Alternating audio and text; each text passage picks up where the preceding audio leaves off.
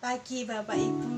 Sehat semua, puji Tuhan. Masih semangat, puji Tuhan Bapak Ibu ya. Walaupun ibadah online, kita mau sama-sama terus bersemangat, terus bertumbuh dalam iman ya Bapak Ibu ya. Jangan menyerah, jangan bersungut-sungut Bapak Ibu. Kita mau terus bersyukur, kita mau mengucap syukur buat setiap ibadah yang bisa diadakan ya Bapak Ibu ya. Dan saat ini Bapak Ibu, saya mau ajak Bapak Ibu untuk menyembah Tuhan. Haleluya. Sikidara wala wala wala wala wala wala wala wala wala. Sikidara wala wala wala wala wala wala wala wala wasi. Terima kasih Yesus. Terima kasih Tuhan. Haleluya. Terima kasih Yesus.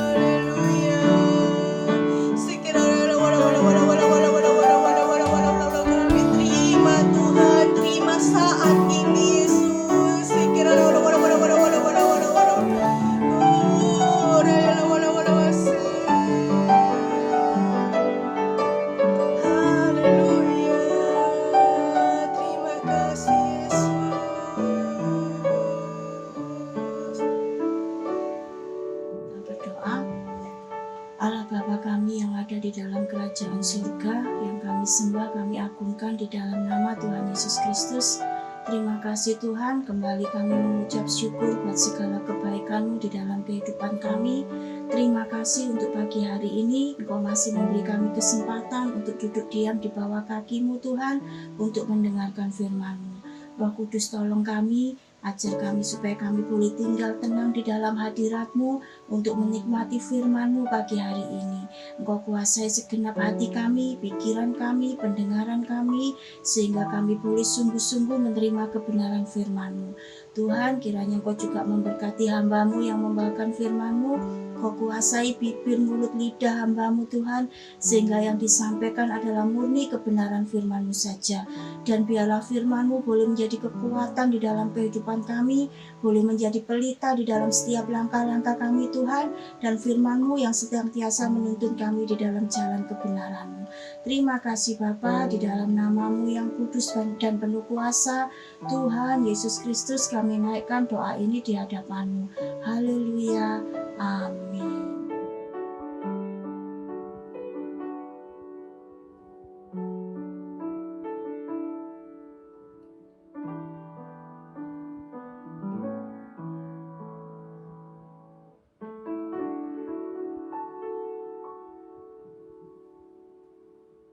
Shalom saudara, selamat pagi, selamat berbakti di dalam nama Tuhan Yesus Kristus. Bagaimana kabar saudara pagi ini? Puji Tuhan.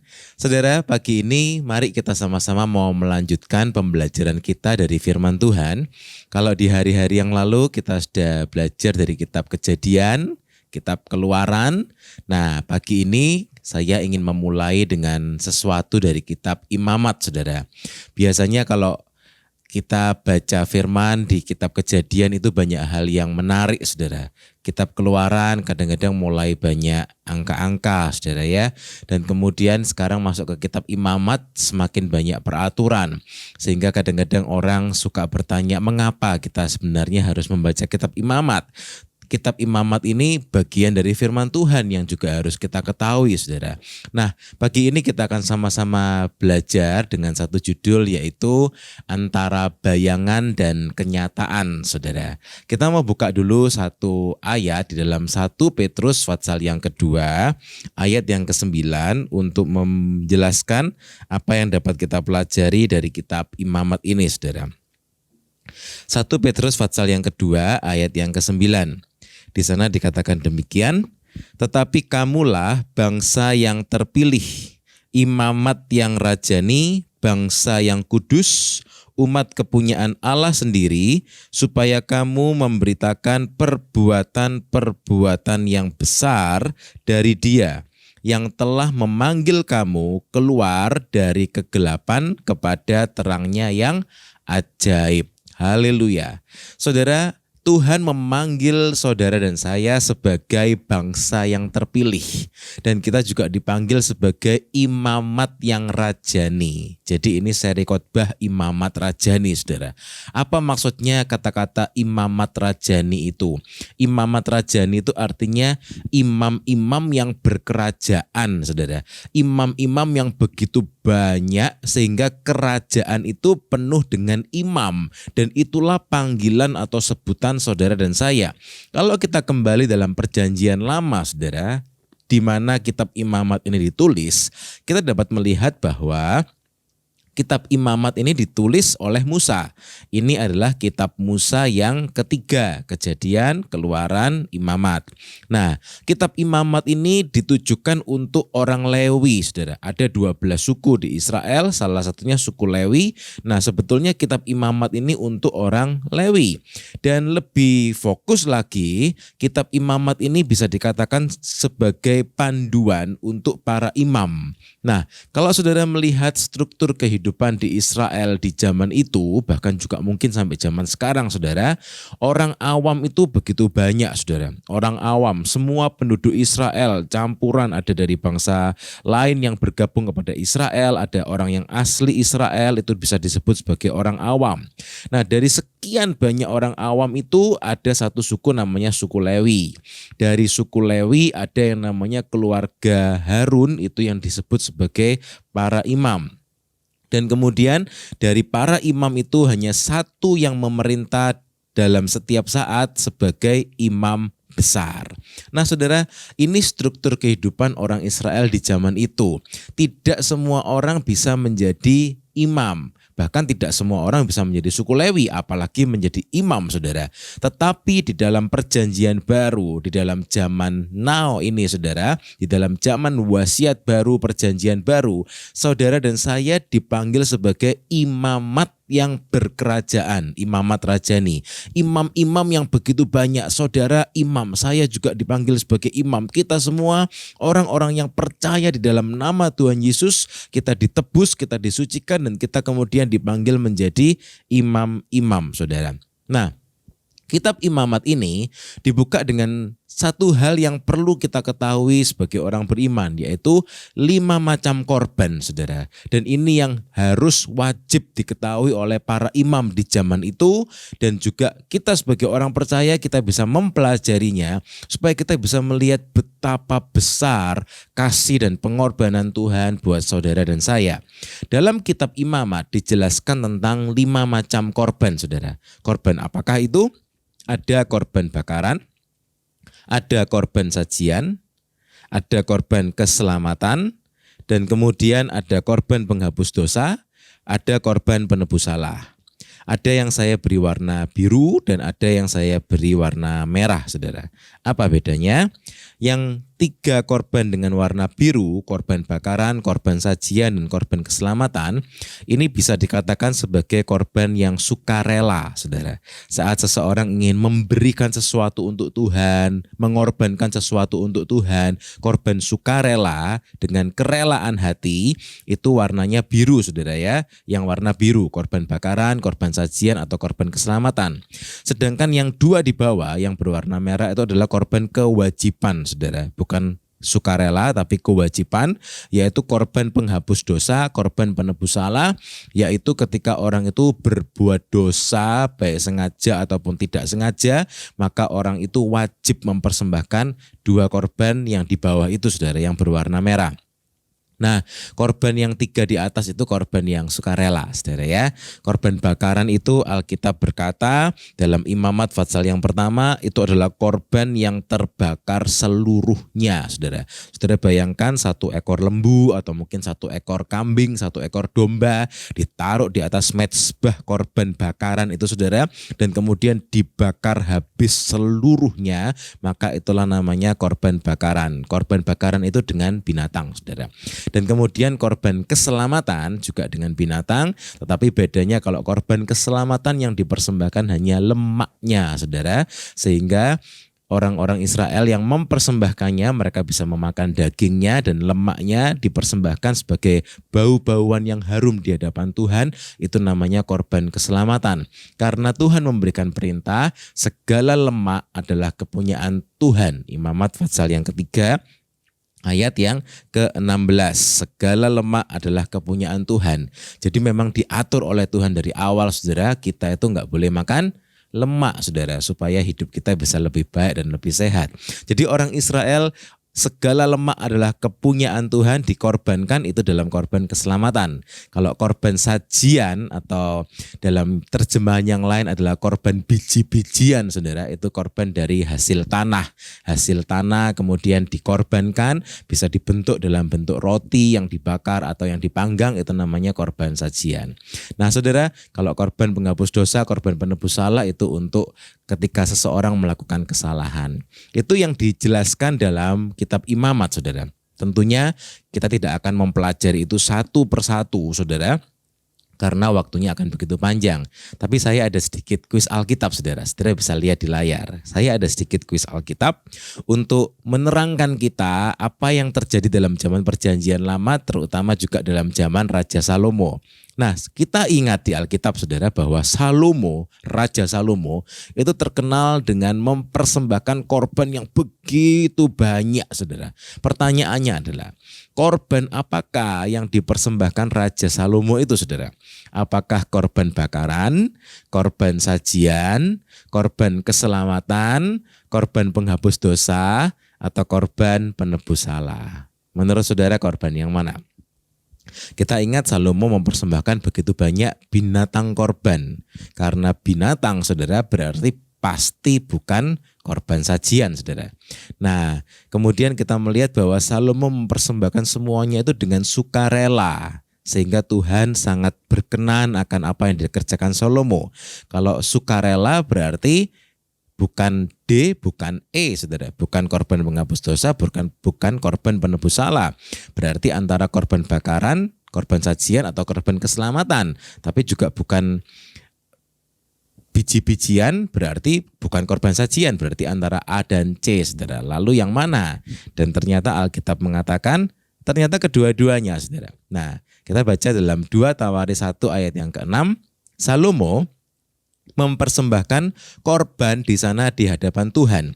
Di atas mezbah tembaga yang di depan kemah pertemuan itu, ia mempersembahkan berapa banyak, saudara? 1.000 korban bakaran di atasnya. Korban bakaran berarti korban yang terbakar seluruhnya habis, tidak diambil sedikit pun, ditaruh, dibakar seluruhnya, itu korban bakaran. Dan Salomo mempersembahkan 1.000, saudara. Ayat berikutnya. Dalam 1 Raja-Raja pasal 8 ayat 63 dikatakan, sebagai korban keselamatannya kepada Tuhan, Salomo mempersembahkan lebih banyak lagi ternyata, saudara. 22.000 ekor lembu sapi dan 120.000 ekor kambing domba. Demikianlah raja dan segenap Israel mentahbiskan rumah Tuhan itu. Luar biasa, saudara. 22.000 lembu sapi, 120.000 kambing domba. Bukan hanya ekornya, saudara, tapi ya betul-betul lembu sapi dan domba, saudara. Dan ini dipersembahkan sebagai korban keselamatan. Kalau korban keselamatan berarti yang dipersembahkan apa, saudara? Lemaknya. Jadi lemak dari 22.000 ekor lembu sapi dan 120.000 ekor kambing domba itu dipersembahkan lemaknya sebagai korban bau-bauan yang harum bagi Tuhan. Dan kemudian dagingnya dimakan bersama-sama dengan segenap orang Israel, saudara, untuk merayakan bersukacita atas pentahbisan bait suci rumah Tuhan. Nah, itu yang terjadi dalam zaman Salomo. Orang mempersembahkan korban dengan sukarela.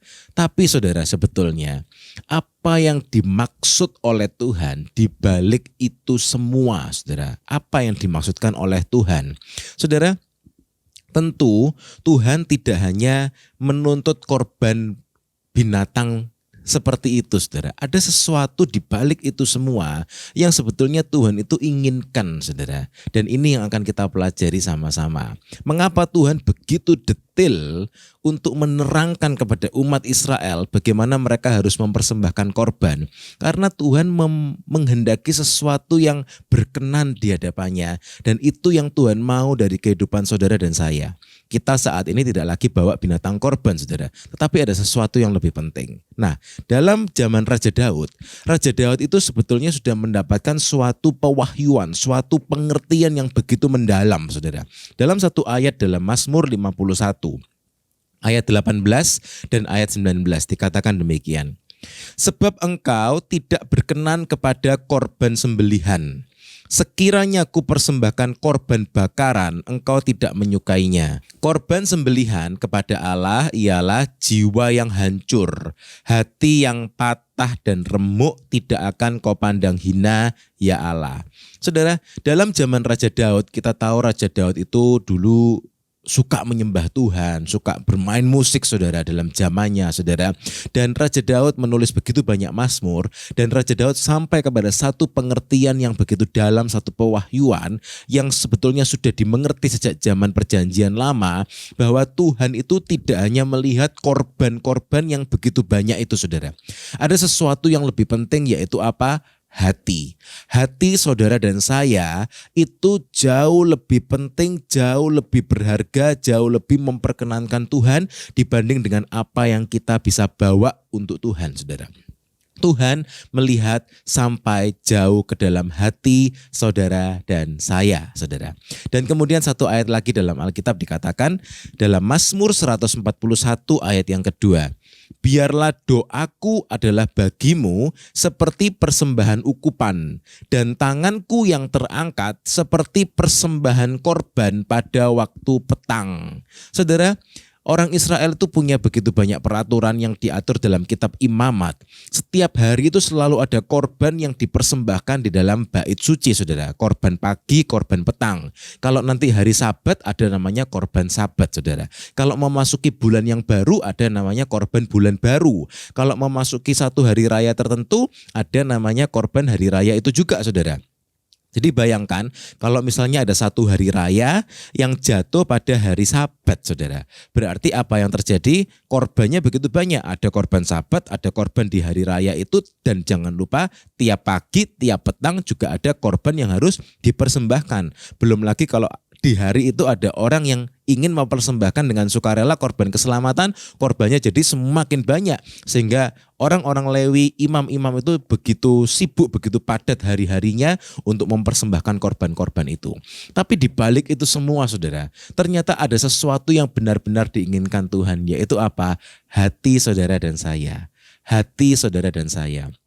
Seringkali hari-hari ini orang suka berkata, oh saya berkorban pada Tuhan, bagi Tuhan. Berkorban apa maksudnya? Saya berkorban waktu, saya pelayanan di gereja, saya di gereja dari pagi sampai malam. Atau mungkin saya mengerjakan banyak pekerjaan untuk gereja, untuk pelayanan dan yang lain-lainnya. Itu hal-hal yang baik, saudara.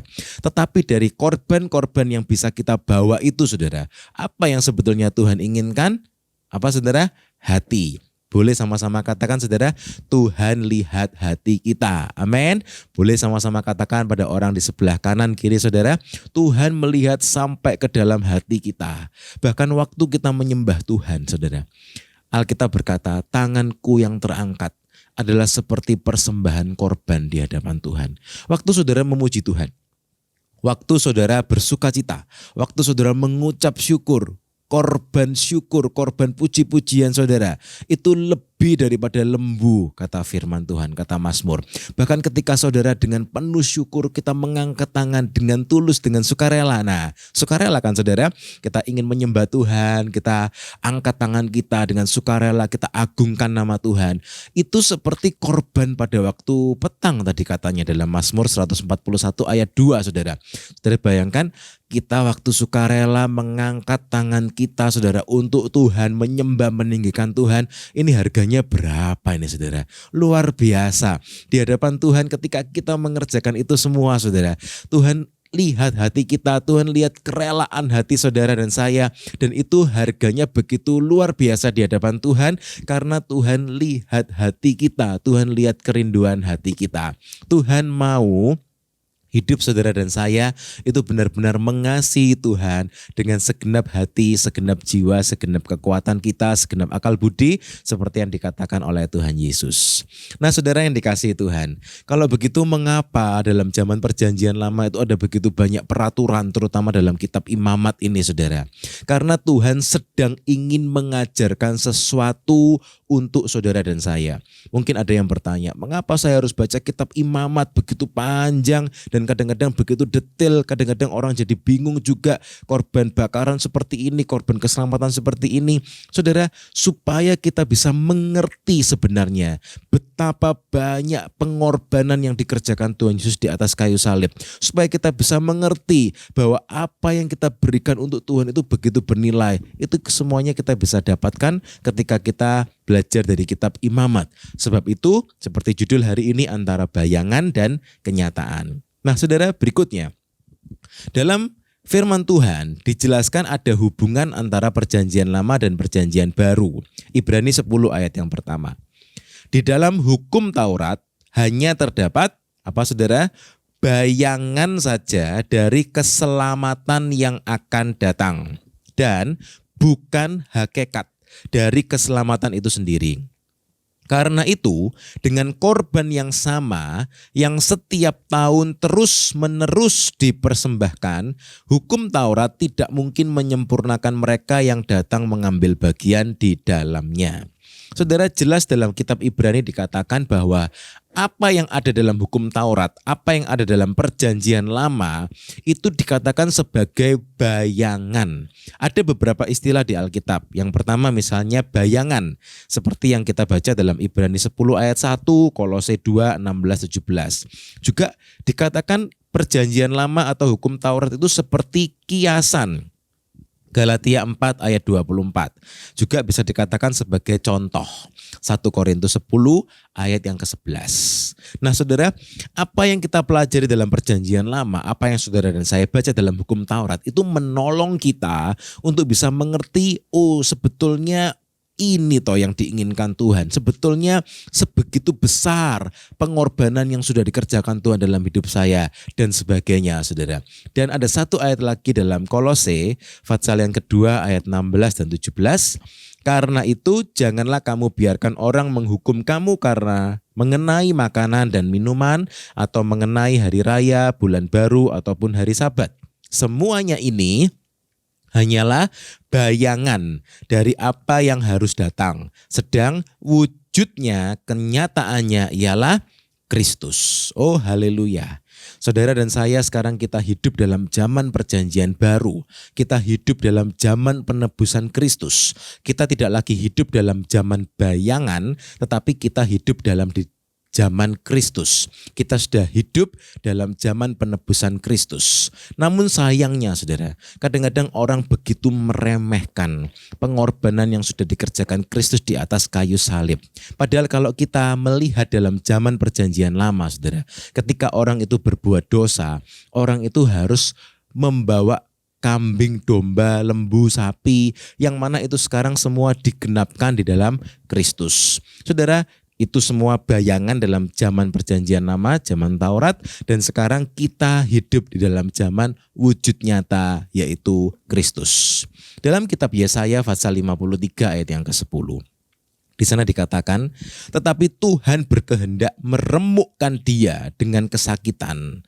Apabila ia menyerahkan dirinya sebagai korban penebus salah, ia akan melihat keturunannya, umurnya akan lanjut dan kehendak Tuhan akan terlaksana olehnya. Yesaya ratusan tahun sebelum Tuhan Yesus datang, Yesaya menubuatkan tentang Kristus. Siapakah Kristus itu? Kristus adalah korban penebus salah dalam terjemahan baru, atau lebih tepatnya seperti terjemahan yang bahasa Inggris yaitu korban penghapus dosa, saudara. Jadi Kristus itu dinubuatkan akan datang ke dunia ini sebagai korban penghapus dosa bagi umat manusia, bagi kita semua yang mau datang pada Kristus dan mau menerima Tuhan Yesus sebagai satu-satunya juru selamat dalam hidup kita. Nah saudara, bayangkan kalau orang itu hidup dalam perjanjian lama, kalau kita hidup dalam perjanjian lama, misalnya ada yang berbuat dosa di hari Senin saudara, kemudian waduh saya berbuat dosa, berarti nanti hari Minggu ketemu Pak Pendeta datang ke gereja harus bawa apa saudara? Harus bawa kambing domba, harus bawa lembu sapi, ini korban untuk tebusan salah saya. Maaf Pak Pendeta, Tuhan ampuni saya bersalah di hari yang Senin yang lalu, tapi hari Selasa saya juga salah, Rabu juga salah, Kamis juga salah, misalnya begitu. Jadi bayangkan di hari Minggu berapa banyak kambing domba yang saudara bawa. Itu kalau satu orang. Kalau jemaatnya ada 10 orang saja saudara, semua masing-masing bawa kambing domba dan tiap minggu kemudian dipersembahkan untuk menghapus dosa mereka. Saudara bayangkan gereja itu di depannya banyak antrian saudara. Mungkin gerejanya sediakan lapangan di depan gereja saudara, untuk menampung domba, kambing, lembu, sapi yang begitu banyak itu. Itu cara hidup dalam perjanjian lama saudara. Dan sekarang kita hidup dalam zaman perjanjian baru. Betapa luar biasa. Karena Alkitab berkata, Kristus adalah korban penghapus dosa kita satu kali untuk selama-lamanya. Saudara, seringkali kita tidak bisa membayangkan betapa besar pengorbanan Kristus di atas kayu salib. Namun ketika kita kembali kepada kitab Imamat, kita dapat melihat, seharusnya saya itu menyediakan sekian banyaknya korban penghapus dosa supaya saya bisa diampuni. Tapi sekarang saya tidak perlu mengerjakan itu karena saya masuk di dalam Kristus. Dan Kristus sudah mengerjakan itu semua untuk saya. Oh, terima kasih Tuhan. Terima kasih Tuhan. Saudara, ketika kita sampai kepada pengertian ini saudara, pengertian penebusan ini saudara, seperti dikatakan oleh pemazmur, betapa bahagianya orang yang dosanya diampuni dan ditebus oleh Allah. Sehingga kita dapat berkata, Tuhan, sekalipun Tuhan tidak memberikan apa-apa kepada saya ditebus saja, saya diselamatkan. Itu adalah suatu hadiah, satu pemberian yang sudah begitu besarnya sehingga kita bisa hidup selalu dengan penuh ucapan syukur. Amin saudara.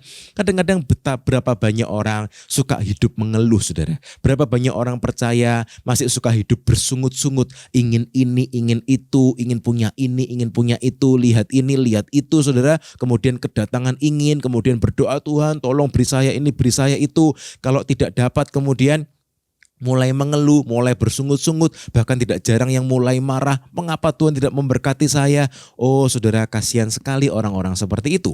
Mengapa? Karena orang itu mungkin belum menyadari bahwa penebusan yang dia terima itu adalah suatu hadiah yang begitu besar, tidak ternilai banyaknya saudara. Dan itu semua digenapkan di dalam Kristus. Sehingga ketika kita masuk di dalam Kristus, itu adalah satu hadiah yang terbesar. Sehingga kita bisa berkata, Tuhan terima kasih buat semuanya. Saya bangga jadi anaknya Tuhan. Amin saudara.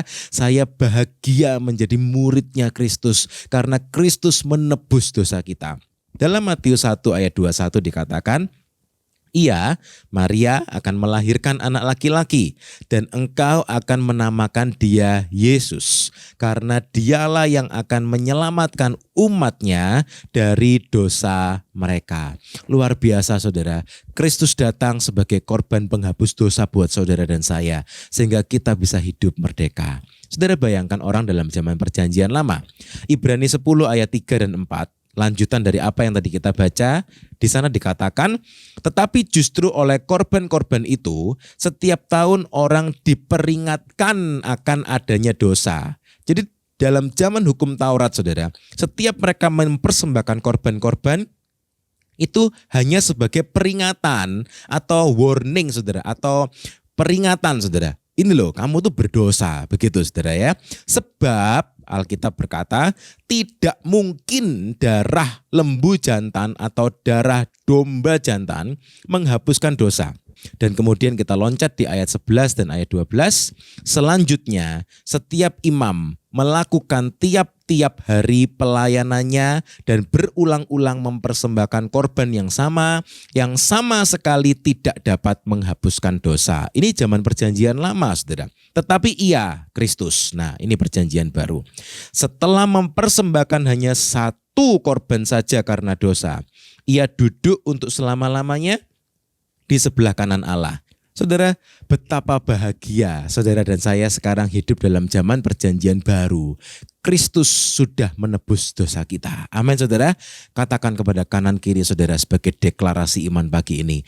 Kristus sudah menebus dosa saya. Haleluya. Kristus sudah menebus dosa saya. Karena saya sekarang percaya di dalam Kristus. Sudahkah saudara mengucap syukur untuk korban yang begitu besar itu? Saudara bayangkan dalam zaman perjanjian lama, saudara. Ketika orang itu berbuat dosa, orang itu datang kepada imam, datang ke bait suci, mereka membawa korban binatang, korban untuk penghapus dosanya, penebus salahnya. Tetapi toh mereka tidak dapat mendapatkan pengampunan dosa itu seutuhnya. Karena apa? Alkitab berkata tidak mungkin darah binatang itu menghapuskan korban. Jadi mereka tetap hidup di dalam bayang-bayang dosanya. Tetapi saudara dan saya, kita sekarang mendapatkan sesuatu yang luar biasa. Kita bisa hidup merdeka dari dosa dan dari bayang-bayang dosa itu saudara. 1 Yohanes 1 ayat 9 mengatakan, kita baca mulai ayat yang ke-8. Jika kita berkata bahwa kita tidak berdosa, maka kita menipu diri kita sendiri dan kebenaran tidak ada di dalam kita. Jika kita mengaku dosa kita, maka Ia adalah setia dan adil sehingga Ia akan mengampuni segala dosa kita dan menyucikan kita dari segala kejahatan. Ayat 10, jika kita berkata bahwa kita tidak ada berbuat dosa, maka kita membuat Dia menjadi pendusta dan firman-Nya tidak ada di dalam kita. Saudara, apa yang dikatakan Alkitab? Karena sekarang Kristus sudah menebus dosa saudara dan saya, maka kita bisa datang kepada Kristus. Dan waktu kita datang kepada Kristus, itu kita bukan hanya untuk diperingatkan akan adanya dosa seperti dalam zaman perjanjian lama, tetapi Alkitab berkata Ia akan mengampuni segala dosa kita dan menyucikan kita dari segala kejahatan. Luar biasa sekali ketika kita datang kepada Kristus. Ketika seseorang datang kepada Kristus, Yesaya berkata, sekalipun dosamu merah seperti kirmisi, Tuhan akan menyucikan engkau seputih salju, seputih bulu domba. Asal apa saudara? Alkitab berkata orang itu mengaku dosanya, maka ia adalah setia dan adil. Tuhan mau supaya orang itu datang kepada Tuhan dan mengaku dosanya, bukan disembunyikan. Karena orang yang menyembunyikan dosanya, menyembunyikan kesalahannya, maka orang itu tidak akan mendapat pengampunan dosanya, saudara. Tetapi ketika seseorang datang dan kemudian mengakuinya, maka Tuhan akan mengampuninya. Dalam kitab Amsal pasal 28 dikatakan, siapa menyembunyikan pelanggarannya tidak akan beruntung. Tetapi siapa mengakuinya dan meninggalkannya akan disayangi. Oh haleluya. Saudara mau disayangi Allah? Halo, saudara mau disayangi Allah? Kalau mau, apa yang harus kita lakukan saudara? Mengakuinya dan meninggalkannya. Jangan disembunyikan. Saudara, ketika umat Tuhan suka menyembunyikan dosa, apa yang terjadi saudara? Hidupnya tidak tenang, hidupnya tidak ada damai sejahtera, iblis akan terus menuduhnya, sehingga tidak jarang kita mendengar orang beriman tapi hidupnya tidak enak saudara, hidupnya tidak berkemenangan karena masih ada sesuatu yang ingin disembunyikan. Saudara bayangkan kalau kita punya sesuatu yang disembunyikan saudara. Misalnya kita naik mobil saudara. Kita bawa sesuatu yang berbahaya atau yang dilarang oleh polisi. Misalnya orang membawa obat-obatan terlarang, disembunyikan saudara. Apa yang terjadi setiap kali kelihatan polisi, apa yang dia rasakan saudara? Takut saudara. Padahal polisi itu tugasnya bukan menakut-nakuti. Tugasnya polisi apa saudara? Melindungi, mengayomi masyarakat kan saudara. Nah, tapi orang yang menyembunyikan sesuatu, maka orang itu akan ketakutan. Misalnya, simpel saja orang naik kendaraan tapi lupa bawa SIM. Atau misalnya SIM-nya sudah mati saudara. Atau misalnya STN-nya lupa diperbarui. Ada pelanggaran-pelanggaran yang berusaha untuk disembunyikan. Maka apa akibatnya saudara? Orang itu hidupnya tidak tenang. Tapi bayangkan kalau ada seseorang yang taat peraturan saudara. Kemudian semuanya beres. Dia bertemu dengan polisi, berpapasan dengan polisi, dia akan dapat melihat polisi ini pelindung masyarakat, pengayom masyarakat, saya tidak perlu takut. Saya tidak perlu takut, saya bisa tetap hidup damai sejahtera karena tidak ada yang disembunyikan. Itu hanya sekedar ilustrasi saudara. Artinya kalau saudara dan saya tidak menyembunyikan apa-apa, maka hidup kita tuh jadi hidup tenang saudara. Hidup yang penuh damai sejahtera, hidup yang penuh sukacita, dan setiap kali kita datang kepada Tuhan, kita bisa menyerap berkat Tuhan itu seutuhnya. Ada satu ayat dalam Alkitab saudara yang menunjukkan dua orang yang sama datang ke gereja saudara. Datang ke hadapan Tuhan, datang beribadah. Dua orang yang sama saudara datang ke tempat yang sama, tetapi mereka pulangnya berbeda saudara. Yang satu pulangnya diampuni dan dia bersukacita, sedangkan yang satu dia pulang tidak mendapat apa-apa. Kalau saudara buka di dalam kitab Lukas pasal yang ke-18 ayat yang ke-9 sampai ayat yang ke-14. Di sana dikatakan tentang perumpamaan saudara, orang Farisi dan pemungut cukai. Dua orang ini sama-sama pergi ke bait Allah untuk berdoa. Orang Farisi itu, dia menyembunyikan pelanggarannya, dia tidak mau mengakuinya, dia hanya berkata, Tuhan, aku mengucap syukur, aku bukan perampok, dan yang lain-lainnya, aku berpuasa 2 kali seminggu, dan yang lain-lainnya, saudara. Dia hanya menonjolkan kebaikan-kebaikan yang sudah dibuat dengan usahanya sendiri, dan dia tidak mau mengakui kesalahannya, dia menyembunyikan, dia merasa sok benar, saudara. Tetapi pemungut cukai berbeda. Pemungut cukai ini ternyata dia jujur, saudara. Dia berdiri jauh-jauh, dia tidak berani menengadah ke langit, bahkan ia memukul diri dan berkata, ya Allah, kasihanilah aku orang berdosa ini. Saudara, tentu orang ini jujur, saudara ya. Dia tahu, Tuhan saya bersalah, Tuhan tolong ampuni saya. 14, kita perhatikan ayat ini. Aku berkata kepadamu, orang ini pulang ke rumahnya sebagai orang yang dibenarkan Allah dan orang lain itu tidak. Saudara, dibenarkan oleh Allah itu luar biasa artinya. Sebab barang siapa meninggikan diri, ia akan direndahkan, dan barang siapa merendahkan diri, ia akan ditinggikan. Saudara, Alkitab mengajarkan kalau seandainya ada orang yang melakukan kesalahan, saudara, berbuat dosa, dan orang itu datang ke hadapan Tuhan, jangan disembunyikan, saudara. Nyatakan itu di hadapan Tuhan.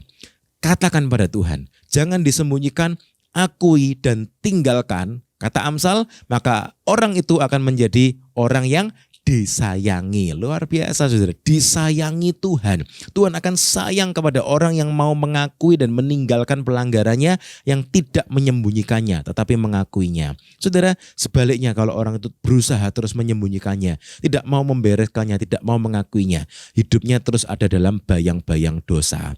Apakah hidup dalam bayang-bayang dosa itu enak, saudara? Tidak, saudara. Alkitab berkata dalam Yohanes 8 ayat 32, ketika seseorang mengetahui kebenaran, kebenaran itu akan memerdekakan kita. Apabila anak itu memerdekakan kamu, kamu pun benar-benar merdeka. Yohanes 8 ayat 36. Namun ketika orang itu tidak hidup dalam kebenaran, saudara, tidak hidup dalam kemerdekaan, maka orang itu akan hidup dalam belenggunya iblis, seperti yang terjadi dalam zaman perjanjian lama, saudara. Dalam Sakaria 3 ayat yang pertama dikatakan demikian. Kemudian ia memperlihatkan kepadaku imam besar Yosua berdiri di hadapan malaikat Tuhan, sedang iblis berdiri di sebelah kanannya untuk mendakwa dia. Saudara, ayat ini sungguh dalam artinya. Ini cara hidup dalam perjanjian lama, saudara. Siapa yang sedang didakwa oleh iblis? Imam besar Yosua. Itu imam besar yang memerintah di dalam zaman itu, saudara. Kalau kita tadi ingat skema kehidupan orang Israel, maka imam besar itu adalah pemimpin rohani, saudara. Pemimpin yang paling top, paling atas, imam besar. Iblis tidak segan-segan menuduh siapapun juga yang hidupnya masih belum merdeka dari dosa. Bahkan imam besar sekalipun dalam zaman perjanjian lama, karena dia hanya mempersembahkan korban binatang dan Kristus zaman itu belum menyatakan korban penebusan Kristus, saudara, maka apa yang terjadi? Bahkan imam besar sekalipun itu bisa didakwa oleh iblis. Apalagi yang orang lain, apalagi orang awam, saudara. Oh, iblis bisa terus mendakwa setiap kesalahan sekecil apapun. Sekalipun di dalam zaman perjanjian lama, saudara, orang sudah membawa korban penghapus dosa, korban penebus salah, tapi karena belum ditutup oleh darah Kristus, maka iblis akan bisa terus mendakwa orang itu, saudara. Saudara bayangkan kalau saudara terus didakwa oleh seseorang, saudara. Saudara terus dituduh. Apa rasanya, saudara? Nggak enak, saudara. Sakaria 3 ayat yang pertama mengatakan itu. Dalam zaman perjanjian lama, seperti Sakaria 3 ayat 1 ini, saudara, tidak punya kuasa untuk menghardik setan, saudara. Karena apa? Karena memang dosanya belum ditutup sempurna oleh darah Kristus. Dan dalam zaman perjanjian baru bedanya begitu besar. Dalam zaman perjanjian baru saat ini, saudara, apa yang bisa kita lakukan? Kalau saudara sudah datang kepada Kristus, maka kita bisa dengan penuh kuasa berkata kepada iblis, hai iblis, stop. Jangan dakwa saya, jangan tuduh saya lagi, karena saya sudah mengakuinya di hadapan Kristus, saya sudah membereskannya dan saya sudah meninggalkannya, saya tidak menyembunyikannya, Kristus sudah tahu dan Kristus sudah mengampuni saya, sekarang kamu pergi di dalam nama Tuhan Yesus. Oh haleluya. Saudara yang dikasihi Tuhan, betapa luar biasa, betapa penuh kuasa kehidupan umat beriman di dalam zaman perjanjian baru, saudara. Kalau dalam zaman perjanjian lama, dalam zaman imamat, mereka hanya melihat bayangannya saja, saudara. Tapi toh demikian mereka melakukannya dengan penuh kesetiaan. Tiap hari mempersembahkan korban, setiap tahun mempersembahkan korban, saudara. Tapi itu hanya bayangan saja. Apalagi saudara dan saya yang sekarang kita hidup dalam zaman perjanjian baru. Kita hidup di dalam kenyataannya, saudara. Betapa sebetulnya kita tuh penuh kuasa. Amin, saudara. Hidup saudara dan saya seharusnya penuh kuasa. Kadang-kadang kalau mungkin ada yang merasa tidak punya kuasa, saudara, mari kita memeriksa hidup kita. Jangan sampai ada dosa-dosa yang disembunyikan, saudara. Jangan menyembunyikan dosa. Firman Tuhan berkata, akui, tinggalkan. Pesan firman Tuhan pagi ini sederhana, saudara. Tuhan Yesus adalah korban penebus dosa kita. Dan kita tidak lagi hidup dalam bayangan, kita hidup dalam kenyataan. Karena kita hidup dalam kenyataan, seharusnya hidup saudara dan saya hidup yang luar biasa. Amin, saudara. Kita hidup dalam kemenangan. Iblis tidak lagi bisa menuduh kita karena kita punya kuasa untuk menghardik iblis. Tetapi saudara ingat, jangan sembunyikan itu. Karena kalau kita menyembunyikan dosa, saudara, iblis itu tahu dan iblis akan bisa terus merongrong orang yang menyembunyikan dosa itu, saudara. Terus diintimidasi, saudara. Sehingga orang itu hidup dalam bayang-bayang dosa senantiasa. Apa saudara mau hidup seperti itu? Kalau selama ini saudara hidup dalam bayang-bayang dosa, saudara terus hidup dalam tuduhan iblis, maka saudara, pesan firman Tuhan pagi ini jelas buat kita semua. Jangan hidup dalam bayang-bayang dosa, hiduplah dalam kemerdekaan. Saya masih ingat, saudara, sekian tahun yang lalu, sekian lamanya, saudara, waktu saya masih jadi mahasiswa, kami dan teman-teman sering melayani orang-orang yang sakit di rumah sakit, saudara, di Karangmenjangan situ, saudara, ya. Dan kami mendapatkan izin untuk mendoakan orang-orang yang Kristen, saudara, yang ada di dalam rumah sakit itu untuk didoakan, dikuatkan. Satu saat, saudara, kami bertemu dengan satu orang yang sakit jantung, saudara. Sakit jantungnya sebetulnya tidak terlalu parah, saudara. Tapi orang itu takut, saudara. Takut sekali. Dan dia berkata, saya merasa dosa saya besar di hari-hari yang lalu. Saya merasa saya tidak bisa diampuni. Saudara, kemudian saat itu kami bersama teman-teman, kami memberitakan firman kepada orang ini, saudara. Dan kemudian menunjukkan apa yang dikatakan firman Tuhan. Pak, kalau kita datang kepada Kristus, apapun dosa kita di hari-hari yang lalu, datang kepada Kristus, maka kita akan bisa hidup dalam kemerdekaan. Saudara, sedih sekali kalau umat Tuhan hidup dalam bayang-bayang maut, hidupnya terus hidup dalam tuduhan dan ketakutan, saudara. Dan kemudian saat kami melayani orang itu, setelah selesai kami doakan sama-sama dan kemudian dia bisa mulai melihat karya Kristus dalam hidupnya. Oh, luar biasa, saudara. Bayangkan kalau orang itu terus hidup dalam bayang-bayang maut, saudara. Orang itu akan terus diintimidasi oleh ketakutan, kekhawatiran, dan yang lain-lainnya. Tetapi kalau kita hidup di dalam Kristus, tidak ada lagi ketakutan. Amin, saudara. Kita hidup dalam kemerdekaan. Karena apa? Kristus sudah mati buat saudara dan saya, menebus saudara dan saya, sehingga kita bisa datang dengan penuh keberanian kepada Kristus. Tuhan, terima kasih sudah menebus saya. Dan kapanpun iblis berusaha untuk menuduh, mendakwa kita, kita bisa katakan di dalam nama Tuhan Yesus, saya usir engkau, pergi. Karena engkau tidak berhak lagi untuk menuduh saya. Satu ayat penutup, saudara. Dalam kitab Wahyu, pasal 12, ayat 10 dan ayat yang ke-11. Dan aku mendengar suara yang nyaring di sorga berkata, sekarang telah tiba keselamatan dan kuasa dan pemerintahan Allah kita dan kekuasaan Dia yang diurapinya. Karena telah dilemparkan ke bawah pendakwa saudara-saudara kita yang mendakwa mereka siang dan malam di hadapan Allah kita. Dan mereka mengalahkan Dia oleh darah anak domba dan oleh perkataan kesaksian mereka, karena mereka tidak mengasihi nyawa mereka sampai ke dalam maut.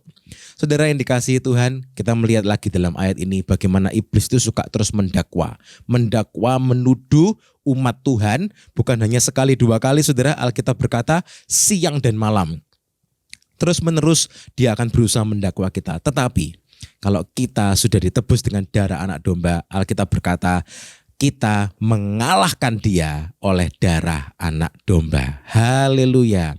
Saudara punya darah anak domba itu karena sekarang kita mau percaya kepada Kristus. Saudara, kalau seandainya pagi ini ada saudara yang mengikuti ibadah online ini dan saudara belum pernah menerima Tuhan Yesus Kristus sebagai satu-satunya juru selamat dalam hidup saudara, pagi ini saya akan ajak saudara berdoa. Saudara bisa berdoa, saudara bisa membuka hati saudara untuk menerima Kristus, darah anak domba itu dalam hidup saudara. Sehingga kapanpun iblis menuduh saudara, saudara bisa berkata, saya tidak mau lagi dituduh oleh engkau iblis, karena saya sekarang sudah ditebus oleh Kristus. Alkitab berkata, jangan disembunyikan, nyatakan kepada Tuhan, akui, bereskan, dan kemudian tinggalkan. Saudara, kita hidup dalam penuh kemenangan. Amin saudara. Mari kita akhiri ibadah online kita pagi ini. Kita mengucap syukur pada Tuhan. Kita berdoa kepada Tuhan. Saya rindu untuk berdoa. Buat saudara mungkin yang pagi ini mengikuti ibadah online ini. Dan saudara belum pernah mengundang Tuhan Yesus dalam hati saudara. Kalau saudara mau menerima Tuhan Yesus Kristus sebagai satu-satunya juru selamat dalam hidup saudara, saudara tutup matamu, saudara berdoa, saudara ikuti doa ini. Haleluya, haleluya, haleluya. Tuhan Yesus Kristus, pagi ini saya datang di hadapan-Mu. Saya mau menerima Engkau sebagai satu-satunya juru selamat dalam hidup saya. Tuhan Yesus, ampunilah saya orang yang berdosa. Tetapi pagi ini saya tidak mau lagi menyembunyikan dosa saya. Saya mau mengakui dosa saya mau meninggalkan dosa saya mau bertobat berbalik kepada Engkau. Terima kasih Tuhan, mari masuklah dalam hidup saya. Jadilah Tuhan, jadilah Raja, jadilah juru selamat di dalam hidup saya, memerintah selama-lamanya. Dan saya mau mengatakan ini di hadapan-Mu ya Tuhan, sehingga semua orang bisa mendengar dan iblis tidak lagi bisa menuduh saya, karena saya sekarang hidup di dalam Kristus. Di dalam nama Tuhan Yesus, saya terima Engkau sebagai juru selamat dalam hidup saya. Dan saya tahu nama saya sekarang tercatat di dalam kitab kehidupan yang kekal. Terima kasih Tuhan, terima kasih dalam nama Tuhan Yesus. Haleluya. Saudara yang sudah mendoakan doa ini, saudara bisa cari gembala saudara bisa datang kepada hamba Tuhan untuk saudara kemudian dibimbing lebih lanjut. Haleluya. Jangan hidup dalam ketakutan, hiduplah dalam kemerdekaan Kristus. Mari kita sama-sama berdoa saudara. Kita tutup ibadah pagi ini. Kita mengucap syukur karena kita sekarang hidup bukan lagi dalam zaman bayangan, tapi kita hidup di dalam kenyataan. Haleluya. Allah Bapa kami dalam kerajaan sorga, kami mengucap syukur Tuhan buat kesempatan pagi ini untuk kami sama-sama belajar dari kitab Imamat. Kami belajar betapa besar kasih-Mu Tuhan, betapa besar korban penebusan-Mu bagi hidup kami. Terima kasih Tuhan, tolong supaya tidak ada di antara kami yang menyia-nyiakan korban penebusan yang begitu besar ini Tuhan. Tolong Tuhan supaya kami terus hidup menghargai anugerah-Mu ini dan kami terus hidup memperkenankan Engkau. Terima kasih Tuhan, beri kami kuasa-Mu itu Tuhan, karena kami tahu kapanpun iblis ingin mendakwa kami, ingin menuduh kami sekarang punya kuasa untuk menghardik iblis di dalam nama Tuhan Yesus, sehingga kami bisa terus hidup dalam kemerdekaan. Terima kasih Tuhan, terima kasih buat setiap kebenaran firman-Mu. Tuhan, kami sekarang siap untuk diutus sebagai garam yang asin, sebagai terang yang menyala, kemanapun Engkau akan bawa kami pergi Tuhan. Kami mau memberitakan perbuatan-Mu, kami mau memberitakan karya penebusan-Mu dalam hidup kami, supaya semua orang di sekeliling kami bisa melihat dan bisa tahu bahwa kami sekarang hidup di dalam kemerdekaan.